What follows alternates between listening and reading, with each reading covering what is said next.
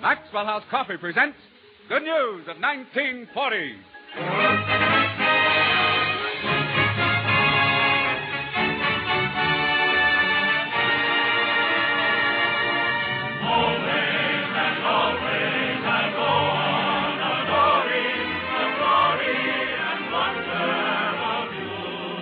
The makers of Maxwell House Coffee welcome you once again to an hour of entertainment brought to you each week from Hollywood and starring Fanny Bryce, Hanley Stafford, Connie Boswell, and Meredith Wilson and his orchestra. Tonight's guests of honor are Walter Houston and one of the screen's foremost character comedians, Raymond Walburn. And here is your host for this hour of entertainment, Edward Arnold.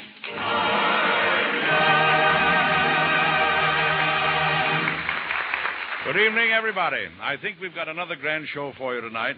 Our old friend Walter Houston and that amusing fellow Raymond Walburn. And to start our program, Meredith Wilson has arranged a special opening number with some sort of seasonal flavor. What's the name of it, Meredith? Winter Wonderland. Say, Eddie, I certainly enjoyed that Thanksgiving turkey at your house today, but I'd like to make a suggestion. Later. Ladies and gentlemen, Meredith Wilson plays Winter Underwear. Wonderland. Okay, play it.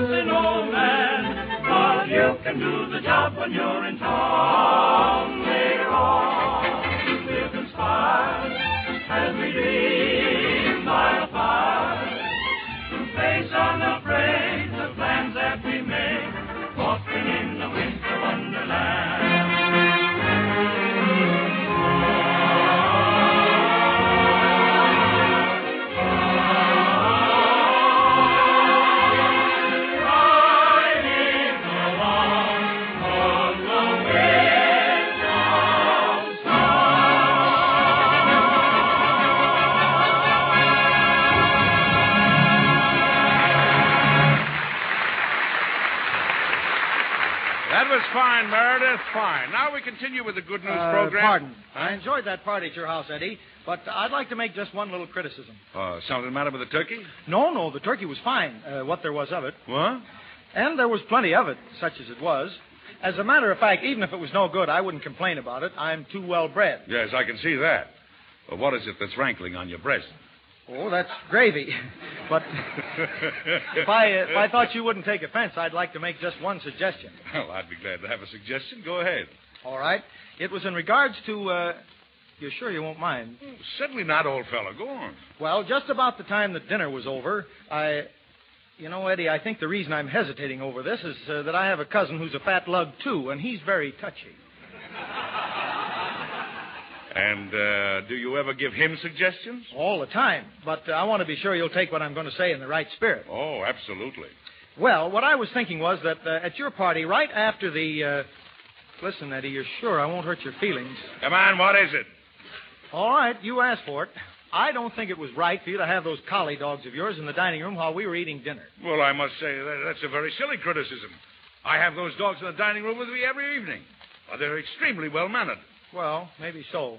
But it was awfully annoying to have them sitting there for half an hour licking my fingers. Well, if you'd eat with a knife and a fork, you wouldn't be so friendly. Oh. I knew you'd lose your temper. I'll never make another suggestion to you again. Now you're cooking with gas. All right, we'll go ahead with the program.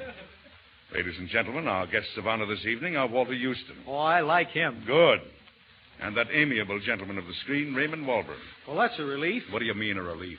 I was afraid you were going to have that uncouth Rosenblum again. Well, what's the matter with him? I think he's very amusing, and so does the public. Amusing nothing. He's a dope. Well, he's no actor. The guy is punch drunk. Well, Meredith, he's been in 400 fights. What's your excuse?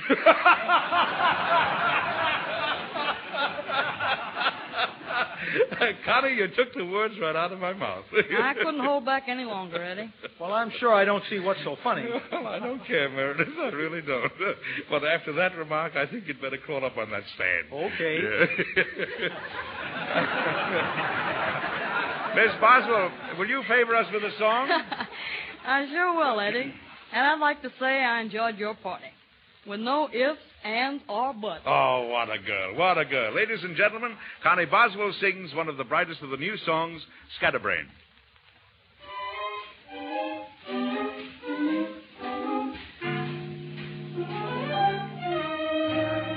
You're as pleasant as the morning and refreshing as the rain. Isn't it a pity that you're such a scatterbrain? When you dance, it's so delightful. When you talk, it's so insane. Still, it's charming, scatterbrain. I know I'll end up apoplectic, but there's nothing I can do. It's just the same as being in a hurricane. And though my life will be too hectic, I am so in love with you. Nothing else will matter. You're my darling scatterbrain.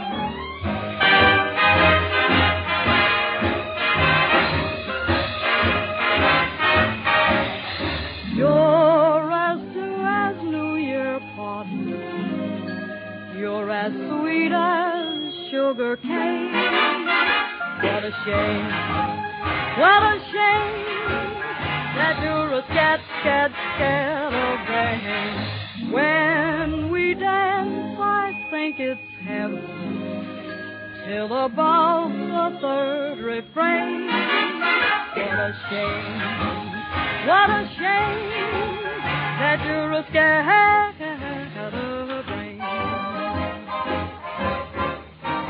I'm much too athletic. I'm up that well-known tree.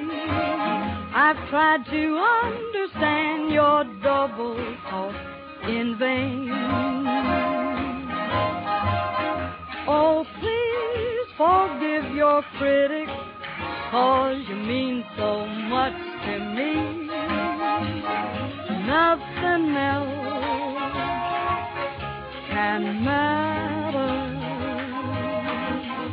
My scatterbrain.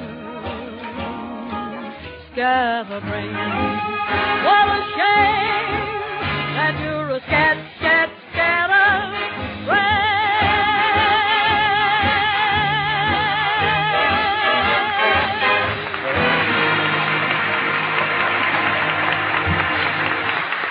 And here's Warren Hull, all ready to set the next scene.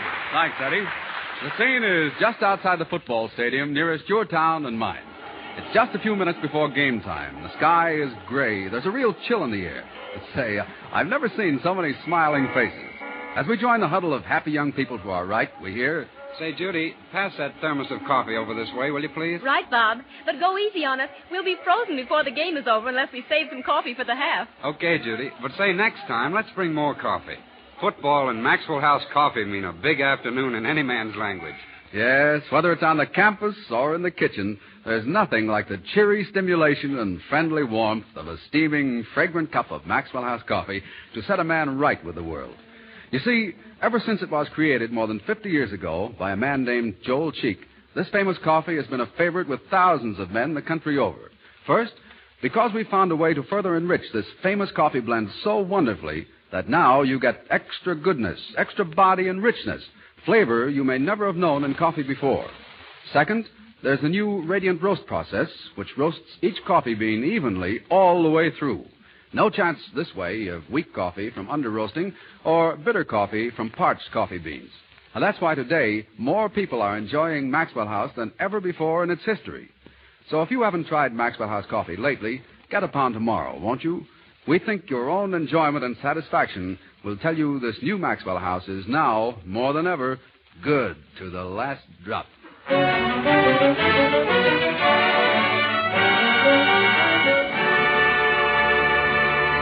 And now, ladies and gentlemen, here's Fanny Bryce's Baby Snooks.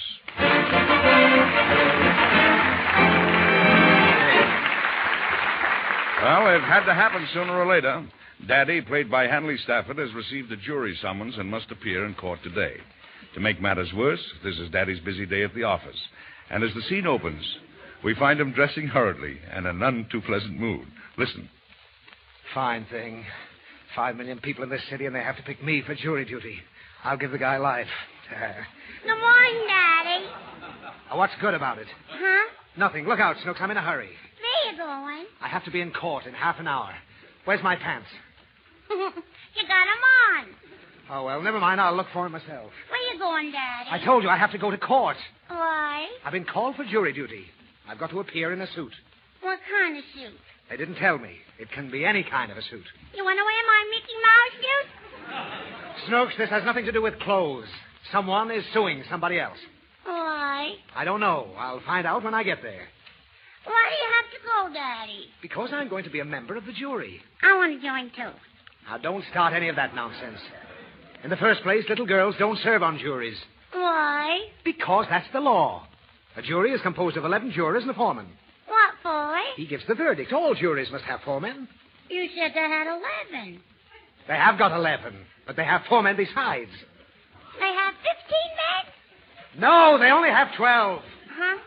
Yes, there's 11 men on juries, and with the foreman makes it 12. 11 and 4 is 12? No, 11 and 4 is 15.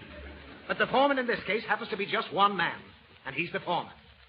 Sometimes the jury has 12 jurymen, and they're all ladies. The 4 men, too? Exactly. Do you feel all right, Daddy? Listen, Snooks, it doesn't make any difference how I feel. I still have to go to court and serve on that broken-down jury. Understand? Understand. What's a jury? What did I just get through telling you?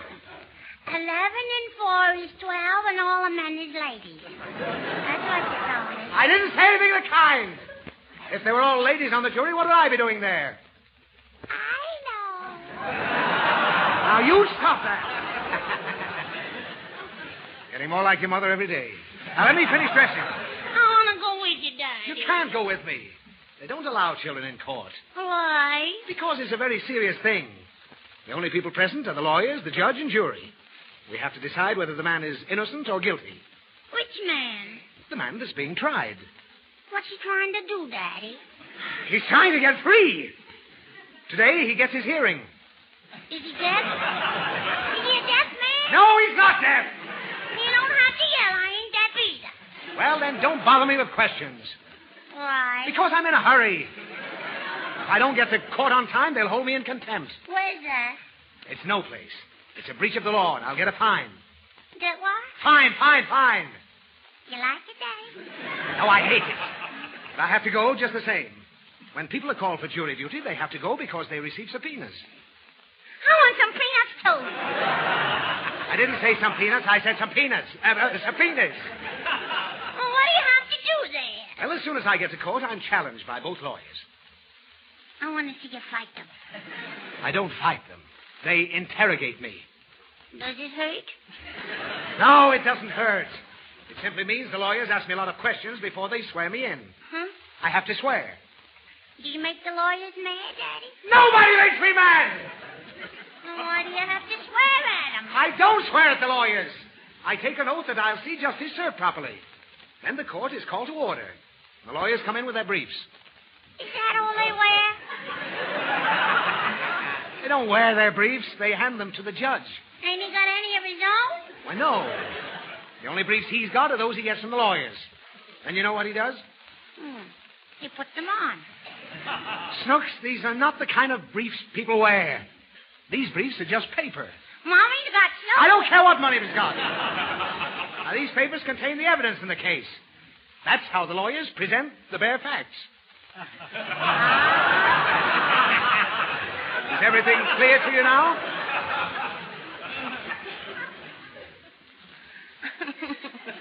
Uh-huh. Nobody wears nothing. body is fully dressed. The evidence is presented, the witnesses testify, the lawyers argue the case, and then the judge charges the jury. How much? He doesn't charge them money. He places the case in the hands of the jury. We weigh the testimony and bring in the verdicts. I want to go see you do it. No, and I've got to leave right now. No, take me with you. Oh, You'll what? I'll shake my head till my head falls off. Oh, please, Snooks, don't make any trouble now. I'll be late for court. Take me with you, Dad. No. Now, look here. I'll show you what happens there. Satisfied? Satisfied. All right. You'll be the defendant, and I'll be your lawyer. Now, you take the stand. Where shall I take it, Dad? Nowhere. Just sit in that chair and hurry. Now, you were charged with stealing some cookies from the kitchen. Am I? Yes. First, I have to swear you in. Repeat after me. I solemnly swear to tell the truth, the whole truth, nothing but the truth, so help me. I suddenly swear to smell the fruit, the whole fruit. Never mind. I'll just examine you. Shall I stick up my tongue? No. I'm going to prove that you didn't take those cookies from that cookie jar. You can't do it. Why not? Because I took them. Well, that's fine. You're convicted. The state rest. Goodbye. Goodbye.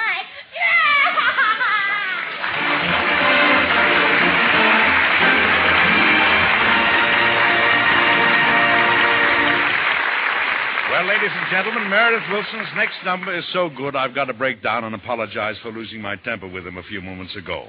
Meredith, I am truly sorry. Okay, Ed. Possibly I was at fault. Don't let's go into that. But honestly, here's another one of these arrangements in the South American rhythm that really does something to me. This time, it's The Moon Was Yellow. And ladies and gentlemen, it's marvelous.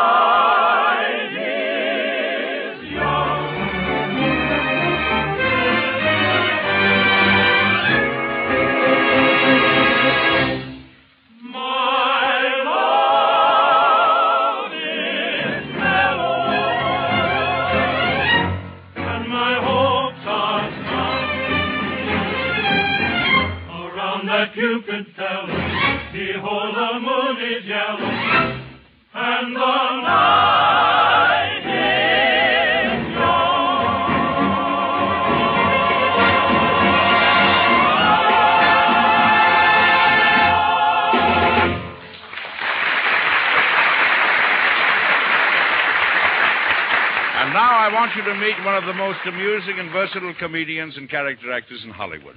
On the screen, you know Raymond Walburn as a conniving gentleman with a blustering manner and a roving eye for the fair sex. Off the screen, he is quiet, reserved, and almost monkish in his habits.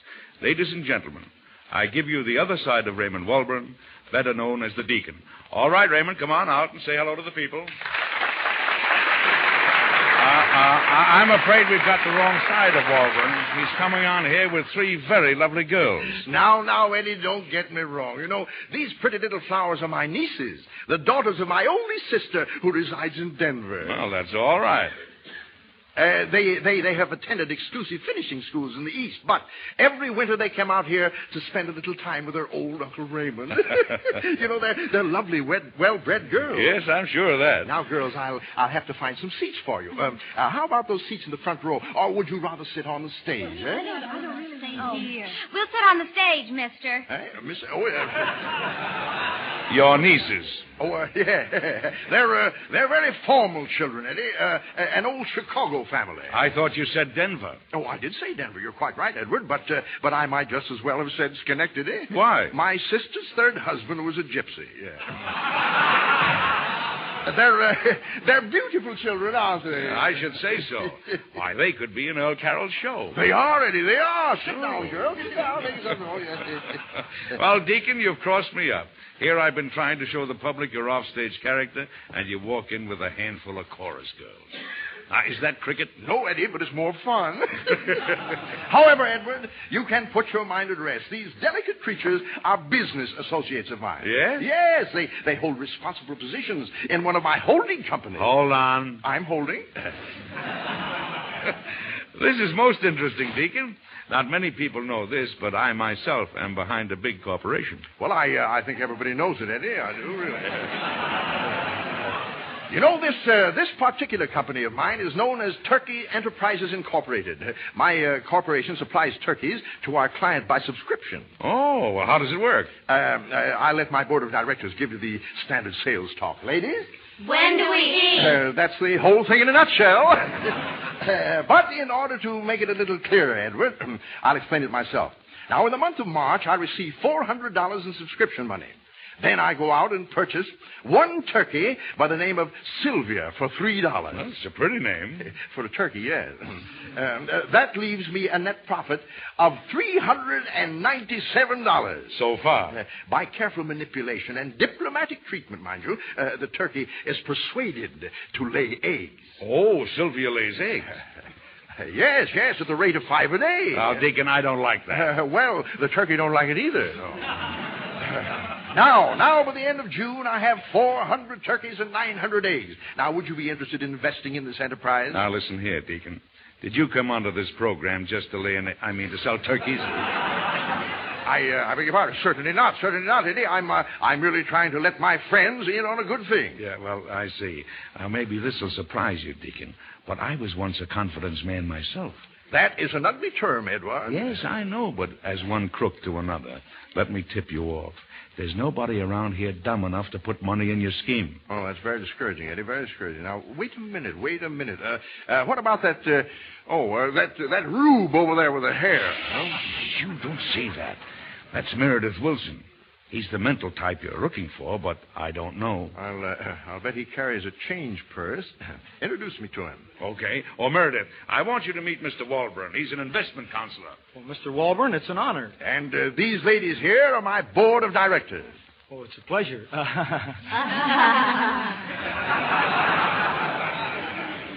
Mr. Wilson, you seem like a man of discernment. Do you know anything about turkeys? Do I? You might not think it to look at me, but I was raised on a farm.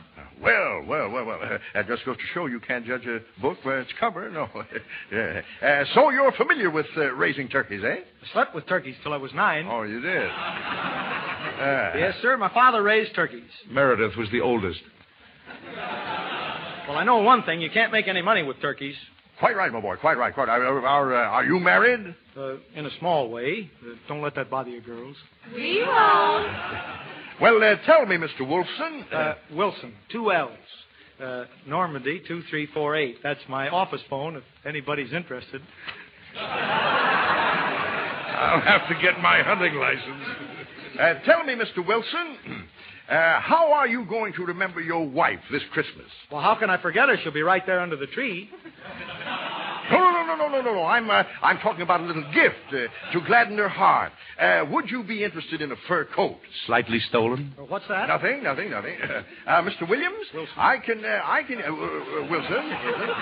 I can get you a nice fur coat for Mrs. Williams very reasonably. Finest fur on the market. Well, will it stand the rain? Well, did you ever see a skunk carry an umbrella? No.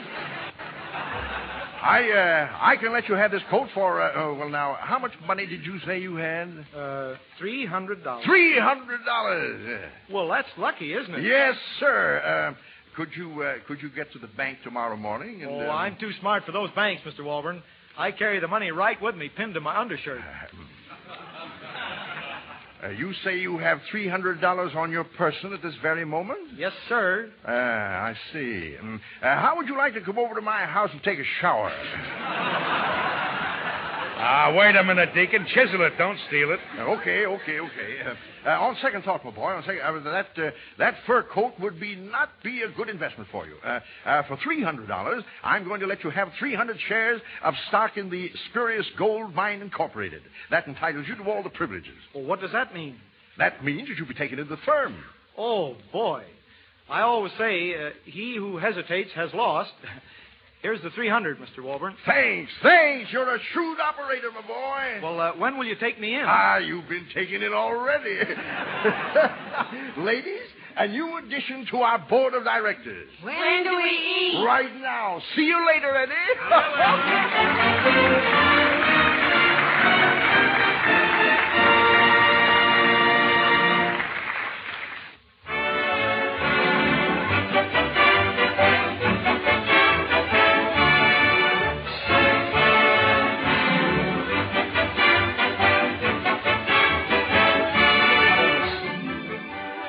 We return in just a moment when you will hear Walter Houston in a stirring drama and the entire cast in a comedy sketch.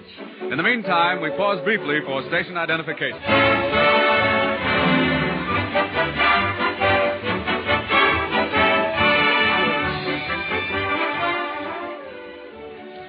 This is Edward Arnold again, and we continue our Maxwell House Good News program with a tune I first heard Meredith play several weeks before I was even a member of the Good News cast.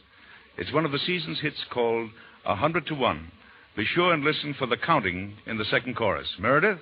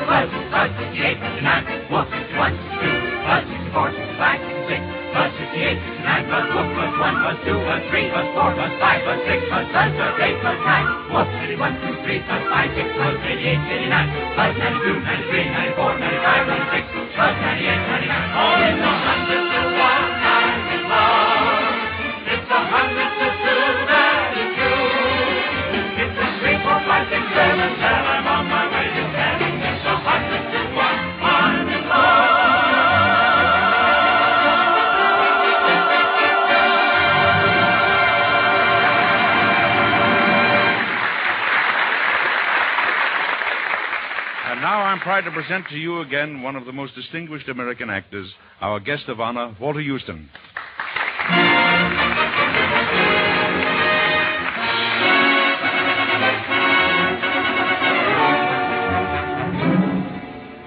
Tonight, Walter Houston will play an old part in a new play, a part, curiously enough, that he created years before the play was written, Bright World by Arch Obler. The scene is an orphan's picnic in a public park. The warm air sings with the happy voices of children on a long-awaited holiday. But all the children are not at play. One small boy sits huddled on the grass far apart from the others. Another small boy approaches him and hesitantly speaks to him. Oh, Ted. What do you want? Well, the fellas thought maybe I'd come over and be with us. We're having lots of fun. I don't want to. Oh, but, Ted, everybody's having so much fun. Well, the games are playing. Even you could... I mean, you could... Let me alone. Oh, gosh, Ted, everybody says if you only start laughing again, you'll feel better. Oh, leave me alone, I said. I don't want to laugh. I don't want nothing. But, Ted, the I games... said leave me alone. Go on, beat it. Okay, Ted, if that's what you want. Hurry up, Joe. We're waiting for it. Why don't you want to laugh, boy? Huh? I said, why don't you want to laugh?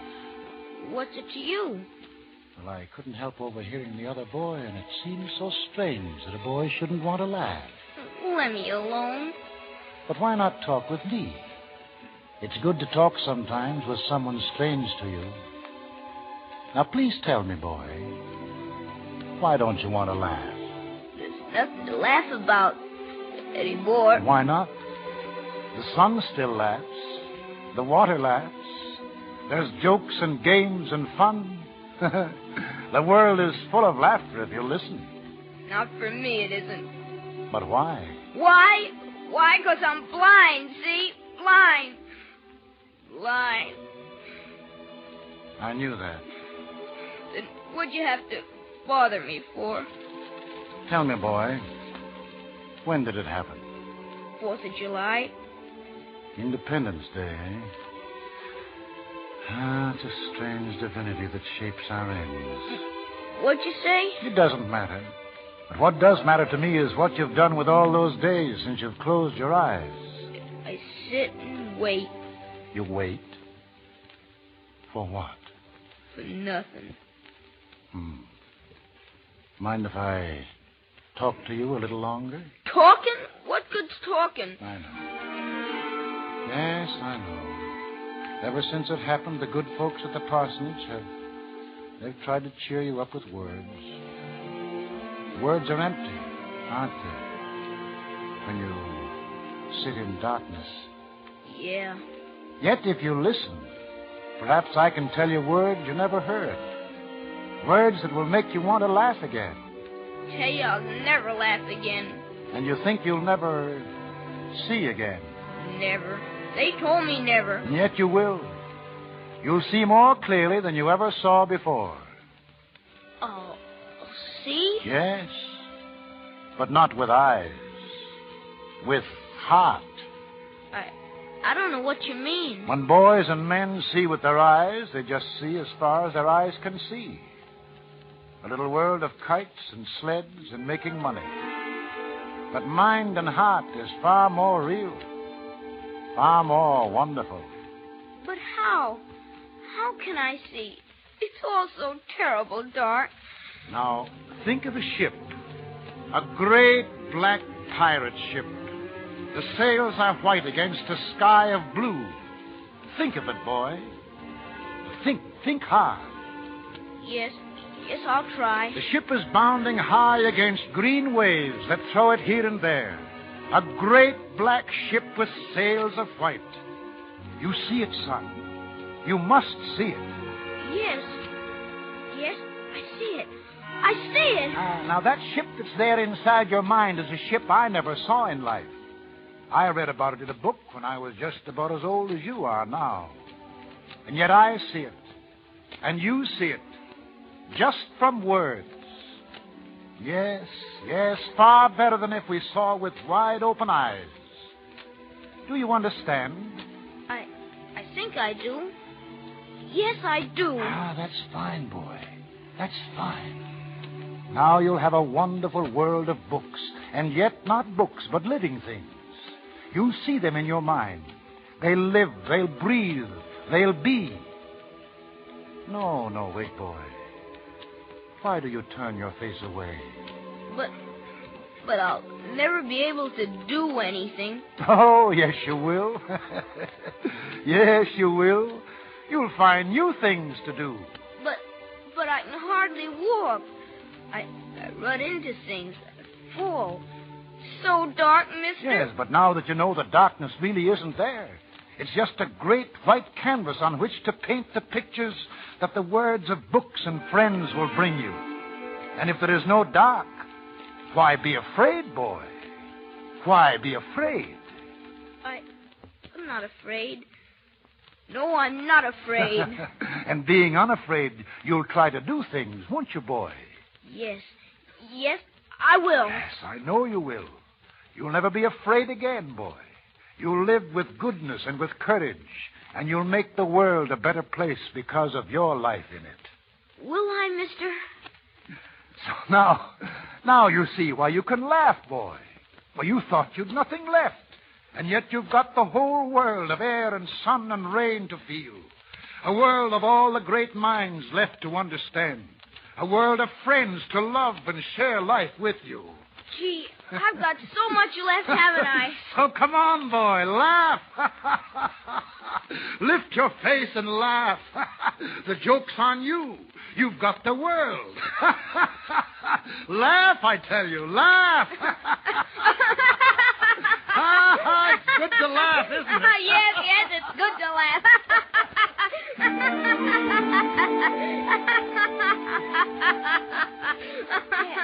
Ted, you're laughing.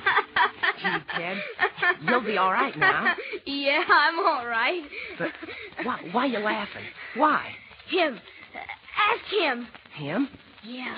He showed me how to laugh again. He did it. He? Ted, who are you talking about? This man here. The one that's standing next to me. Man? Yes. Here, right next to me. Gosh, Ted, there's nobody here. Nobody but that statue of Abraham Lincoln.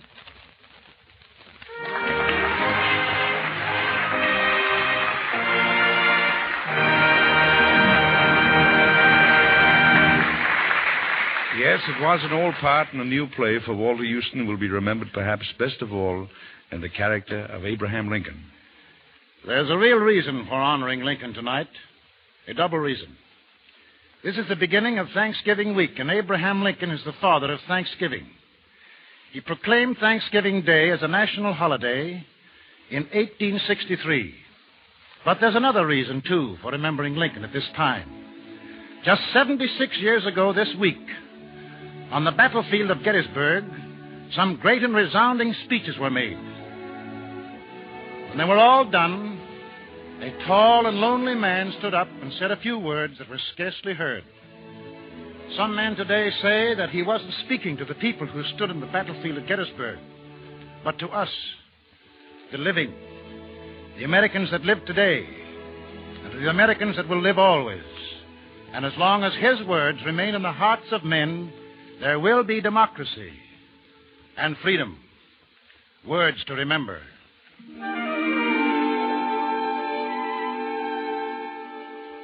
Fourscore and 7 years ago, our fathers brought forth on this continent a new nation, conceived in liberty and dedicated to the proposition that all men are created equal.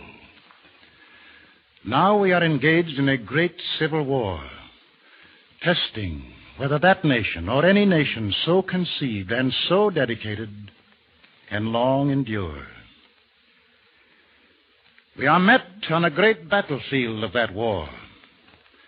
We have come to dedicate a portion of that field as a final resting place for those who here gave their lives that that nation might live.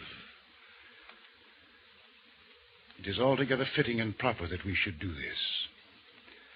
But in a larger sense, we cannot dedicate, we cannot consecrate, we cannot hallow this ground. The brave men, living and dead, who struggled here, have consecrated it far above our poor power to add or detract.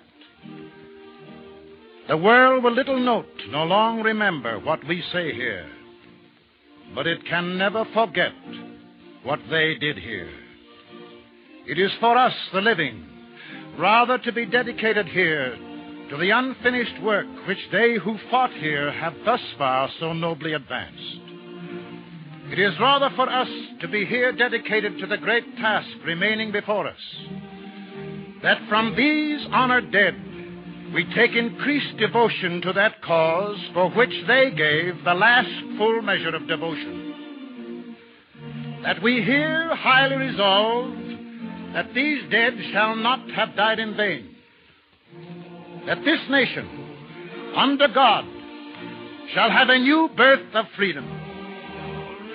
And that government of the people, by the people, for the people, shall not perish from the earth.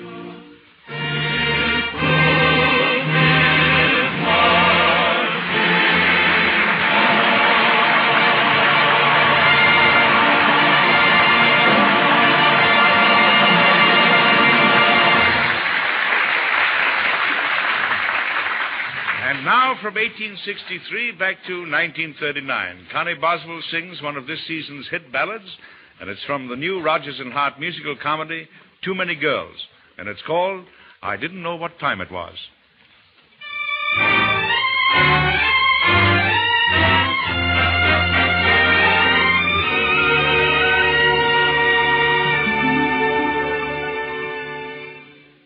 I didn't know what time it was, then I met you. Oh, what a lovely time it was, how sublime it was too. I didn't know what day it was, you held my hand, warm like the month of May it was, and I'll say it was grand. Grand to be alive, to be young, to be mad, to be yours alone. Grand to see your face, feel your touch, hear your voice say, I'm all your own. I didn't know what year it was. Life was no prize. I wanted love, and here it was, shining out of your eyes.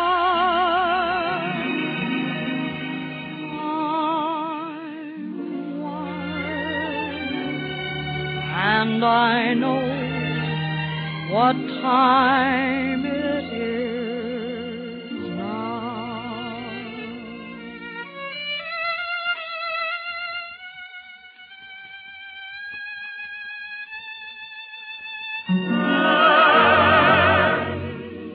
To be alive, to be young, to be mad, to be yours alone.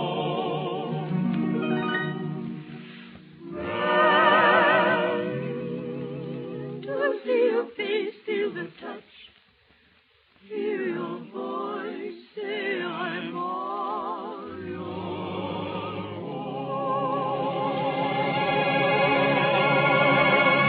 I didn't know what year it was. Life was no prize.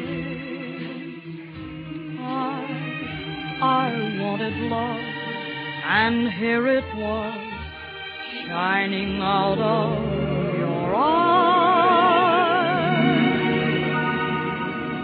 I'm wise, and I know what time it is.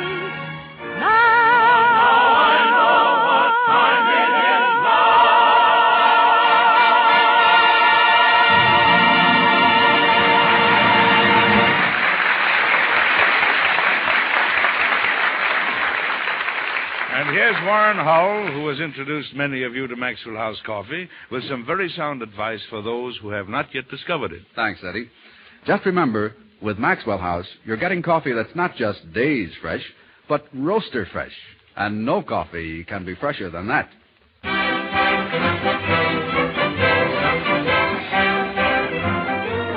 Well, ladies and gentlemen, last week we presented a football sketch because football was in the air.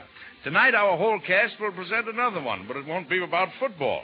I suppose all of you think we're not going to do a Thanksgiving Day sketch, huh? Because you've heard so many already, but you're wrong. It's entitled, Here Come the Pilgrims. 99 44% Puritan.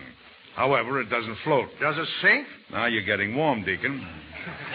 It's the year 1620. The folks have just got off the Mayflower, and they're milling around on the edge of the American continent. Well, here we are at last. We're here. Yes, indeed, we're really here. By this time, folks, you know they're here. Now get on with the story. Daddy! What is it, Snooks? What's that big thing over there sticking out of the water? That's Plymouth Rock. I want it. You can't have it. Why? That pesky kid will be the death of us yet. Yesterday I caught her boring holes in the Mayflower. I want that rock. I'll give it to you later. Say, do any of you pilgrims know where we are? This is Massachusetts, brother. What? Massachusetts. Gesundheit. Hey, Daddy, look it. Oh, leave me alone. Go and find a pumpkin pie. It's Thanksgiving. Look at Daddy. Look at the funny man with feathers. They're barefoot all over. Good heavens, Indians. Ah, the Indians are coming. Let's put up the collapsible fort. Come on. Make with that fort. We'll all be scalped. I want to play with the Indians, Daddy. All finished, Captain Houston. Ah, we're safe. Those savages will never penetrate this Sears Roebuck fort. Wait a minute, Captain. What if the Indians blockade the stockade? Jeepers, I never thought of that. We already have a shortage of food. Yes, and there's a shortage of water. Are all the women safe? Yep, I'm here. Holy smoke, we're short a woman, too. Hey, Captain. Look out. Here comes the lookout. Warren Hull, the people's choice. I'm supposed to be an Indian, but I couldn't resist it. So long. The Indians have kidnapped Mr. Stafford's little daughter, Snooks. Oh, no. We must rescue the child. I'll call for volunteers. I'll go. I'll go, too. How about you, Daddy? I can't understand how Northwestern could lose last Saturday. Inhuman beast. You won't help rescue your own daughter? Have you no pity? Only for the Indians. Wait till they've had her for half an hour. Where's the lookout? Here. Yeah, take a peep, Hull, and tell the people what's in the peephole. Make it snappy, Jack. I'm peeping, Tom. Tell us the worst, lookout. The Indians are coming back, and they're bringing Snooks with them. That's the worst. They're waving a flag of truce. Stafford, you go out there and make a parley. Okay, Captain. Peace at any price. Open the door carefully, but as soon as I'm outside, shut it quick.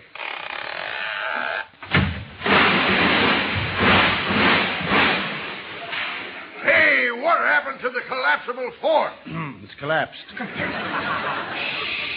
Let's listen to the parley. Hello, Daddy. Look what I brought you. A big fat Indian. Why, Snooks. Snooks, let go of that Indian's feathers. He'll scalp you. No, he won't. He likes me. Well, I don't know how to talk to this muzzler. Now, what's new, Tonto? That ain't his name, Daddy. Oh, excuse me. You know his name, Snooks? Uh-huh. Are you sure? Uh-huh. Well, what is it? I don't know. Oh, he's trying to say something, Snooks. What on mine, Chief? We want 'em only peace. How? Why? Huh? Tonk. Ah. Oh, don't argue with him, Snooks. Now, listen, brother, we only came here to start a little subdivision, make a few dollars. Why don't you call off the tribe? We'll all celebrate Thanksgiving. Oh, Clay, me very friendly. He's got a turkey, Daddy. Oh, you have? Sure, I got turkey. You want him celebrate? Sure. You better hurry up, or he'll be doing Greek next. Snooks, we made peace with the Indians, and we're going to have a turkey dinner.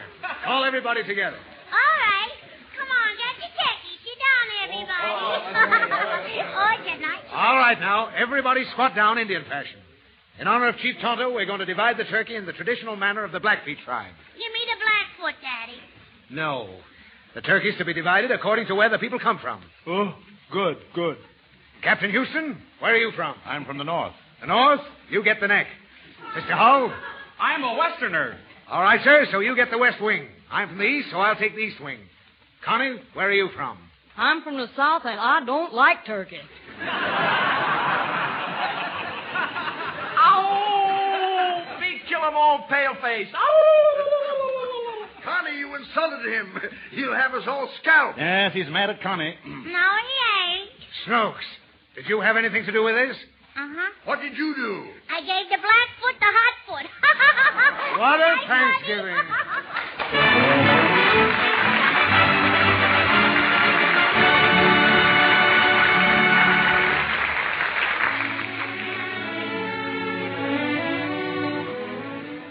Nine weeks ago, when Meredith Willson began the present concert hall series, he hoped that American composers were capable of writing the kind of beautiful music that men of all nations would remember and love always. Now Meredith believes more than ever that they can. The music of four fine American composers, all of them men, has been acclaimed with great enthusiasm in the past 4 weeks. Tonight's composer is a woman, the celebrated Dana Suisse, whose American Nocturne, written especially for this series, will now be given its world premiere. All right, Meredith, Miss Dana Suisse's American Nocturne.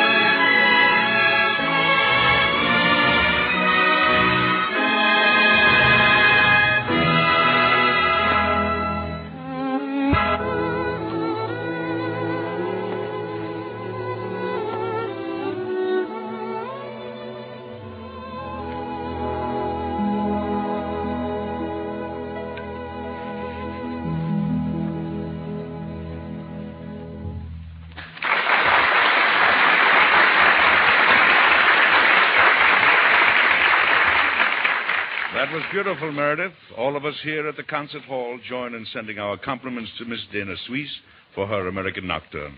Next week, Meredith will introduce the sixth of our new American compositions, A Song Without Words by Vernon Duke. And now Meredith Wilson has another commission to make for the concert hall series, an American barcarolle. Whom have you selected to write it, Meredith? Everyone knows him, Eddie. Among many other things, he's famous for this beautiful composition.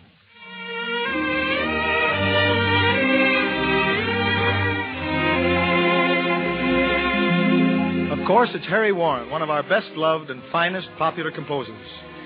I hereby commission you, Harry Warren, to write an American barcarolle to be introduced on Good News soon. Good luck to you, Harry, and we all know you'll do a fine job.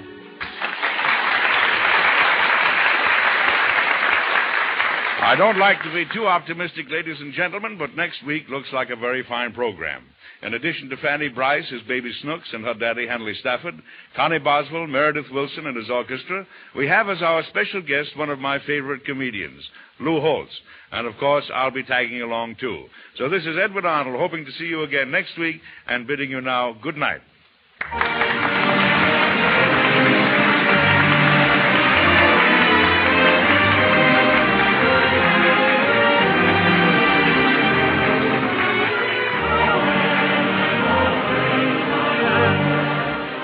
This is Warren Hull reminding you that the easy-to-follow directions for making Maxwell House coffee are printed right on the can. By following them, you're sure to get the full flavor and goodness of Maxwell House in the most economical way. And now, good night and good luck from the makers of Maxwell House, the coffee that's now, more than ever, good to the last drop. This is the National Broadcasting Company.